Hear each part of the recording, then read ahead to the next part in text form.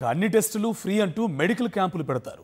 ఏ ఖర్చు లేకుండానే పరీక్షలు చేస్తూ ఉండడంతో నిజమే అనుకుని జనం కూడా వారిని గుడ్డిగా నమ్మేస్తారు. కట్ చేస్తే ఓ ఫేక్ ట్రీట్మెంట్ డ్రామా క్రియేట్ చేస్తారు. 4-5 పేపర్లపై సంతకాలు చేయించుకుంటారు. ఆ తర్వాత దర్జాగా ఆరోగ్యశ్రీకి అప్లై చేసుకుంటారు.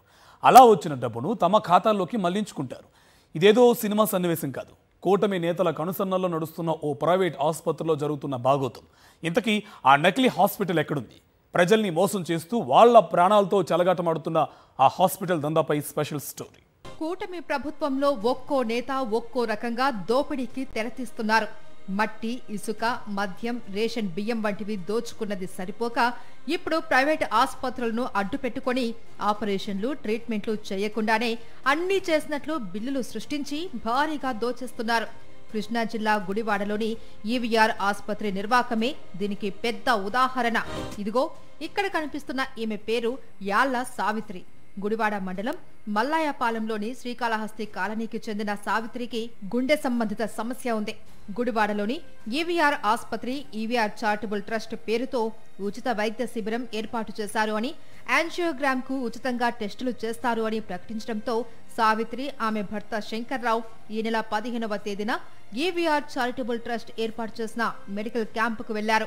మరో 2 రోజుల తర్వాత రావాలి అని చెప్పడంతో నవంబర్ 17న వెళ్లారు. టెస్టులు చేయడానికి 2 రోజులు ఆసుపత్రిలోనే ఉండాలి అని వైద్యులు చెప్పడంతో సరే అన్నారు. అయితే యాంజియోగ్రామ్ టెస్ట్ పేరిట ఈవీఆర్ ఆసుపత్రి వైద్యులు 4 రోజుల పాటు ఆమెను ఆసుపత్రిలోనే ఉంచేశారు. యాంజియోగ్రామ్ టెస్ట్ పేరిట మోకాలికి ఉత్తుత్తి కట్టు కట్టారు. ఆ కట్టుపై ఓ బ్యాండేజ్ వేశారు. ఆమె కాలు చుట్టూ రకరకాల మందులు ఉంచారు. ఓ మందుల బాక్స్ తో పాటు 50 రూపాయల నోటు ఇచ్చి కొన్ని ఫోటోలు తీసుకున్నారు. ఆ తర్వాత ఆమెకు ఇచ్చిన మందుల బాక్స్ 50 రూపాయలు లాక్కున్నారు. కొన్ని పేపర్లపై సంతకాలు చేయించుకున్నారు. యాంజియోగ్రామ్ కోసం టెస్టులని చెప్పి మోకాలికి కట్టుకట్టి ఫోటోలు తీసుకోవడం ఏంటో సావిత్రికి అర్థం కాలేదు. కొద్దిగా దూరం తీసుకొని దాని మీద కాళ్ళు కలగా తిచ్చేసి దాని మీద ప్లాస్టర్ పెట్టి ఇంజక్షన్ చేసినట్టుగా మందులు గిందులన్నీ నా కాళ్ళ చుట్టూ పెట్టేసేసి ఒక అబ్బాయి వెనకట్ల పుస్తకం ఉంచుకున్నాడు. ఈయన ట్రీట్మెంట్ చేసినట్టుగా ఇంకొక అబ్బాయి ఇచ్చి ఫోటో తీశాడు. మందుల బాక్స్ నా చేతికి ఇచ్చి దానికి 50 రూపాయలు పట్టుకోమన్నారు. 50 రూపాయలు మందుల బాక్స్ పట్టుకున్నాను, ఫోటో తీసుకున్నారు. ఆ 50 రూపాయలు ఆ మందుల బాక్స్ మళ్ళీ వాళ్ళు తీసేసుకున్నారు. 4 రోజుల తర్వాత సావిత్రి ఇంటికెళ్లిన వారి బంధువు శ్రీనివాస్ ఈవీఆర్ ఆసుపత్రి ఇచ్చిన రిపోర్ట్ ఫైల్స్ చూసి కంగుతున్నారు. యాంజియోగ్రామ్ చేయించుకున్న సావిత్రికి మోకాలు ఆపరేషన్ చేయించుకున్నట్లు రిపోర్టుల్లో ఉండటంతో ఇదేంటి అని వైద్య సిబ్బందిని ప్రశ్నించాడు. సిబ్బంది నుంచి పొంతనలేని సమాధానాలు వచ్చాయి. అలా ఈవీఆర్ ఆసుపత్రి నకిలీ బిల్లుల బండారం బయటపడింది.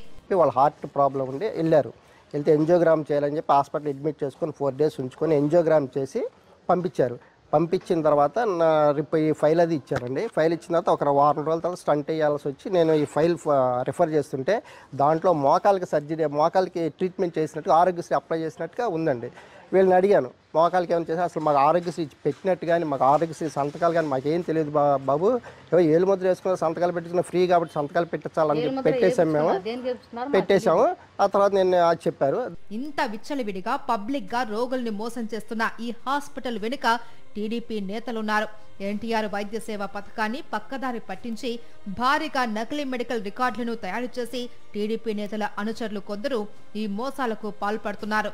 యాళ్ల సావిత్రికి మోకాలు ఆపరేషన్ చేసినట్లు దొంగ బిల్లులు సృష్టించిన విషయం బయటికి పొక్కడంతో ఈవీఆర్ ఆసుపత్రి బాగోతాలు ఒక్కొక్కటిగా వెలుగులోకి వస్తున్నాయి.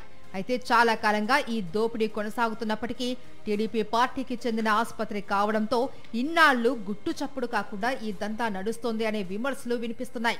ఈవీఆర్ ఆసుపత్రి CEO Edupuganti Srinivas TDP doctors cell ప్రధాన కార్యదర్శిగా ఉండటంతో కూటమి నేతల అండదండలు వీరికి పుష్కలంగా ఉన్నాయి. ఈడ్పుగంటి శ్రీనివాస్ కు మాజీ మంత్రి, ప్రస్తుత కాయకులూరు ఎమ్మెల్యే కామినేని శ్రీనివాస్ తో అత్యంత సన్నిహిత సంబంధాలు ఉన్నాయి. అదే సమయంలో అటు చంద్రబాబు, ఇటు లోకేష్ బాబుతో కూడా ఈడ్పుగంటి శ్రీనివాస్ కు టీడీపీ పార్టీ పరంగా దృఢమైన బంధం ఉంది. దీంతో ఈవీఆర్ ఆసుపత్రి ఆడిందే ఆట, పాడిందే పాటగా నడుస్తుంది. 2 రోజులు ఉండాలని చెప్పారు. దేనికంటే తర్వాత చెప్తానన్నారు, ఏం చెప్పలా. అలా 2 రోజులు అని చెప్పి 4 రోజులు ఉంచారు.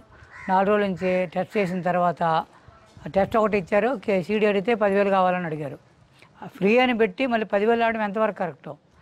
చేతగానే ఇప్పుడు పెడతాం మానేయాలిగా. అది అయిపోయింది. మేము యాంజియోగ్రామ్ టెస్ట్ కోసం వెళ్తే ఆవిడకి మోకాళ్ళకి ఆపరేషన్ చేసినట్టు ఫోటోలు తీసుకొని ట్యాబ్లెట్లు ఇచ్చి బాక్స్ ట్యాబ్లెట్లు ఇచ్చి ఆ బాక్స్ మళ్ళీ వాళ్ళే తీసుకొని డబ్బులు ఇచ్చినట్టు ఫోటో తీసుకొని వాళ్ళే తీసుకొని ఇంత డ్రామా ఆడారు. అసలు ఇది హాస్పిటల్ అని చెప్పుకుంటే అర్హత ఉందండి దీనికి.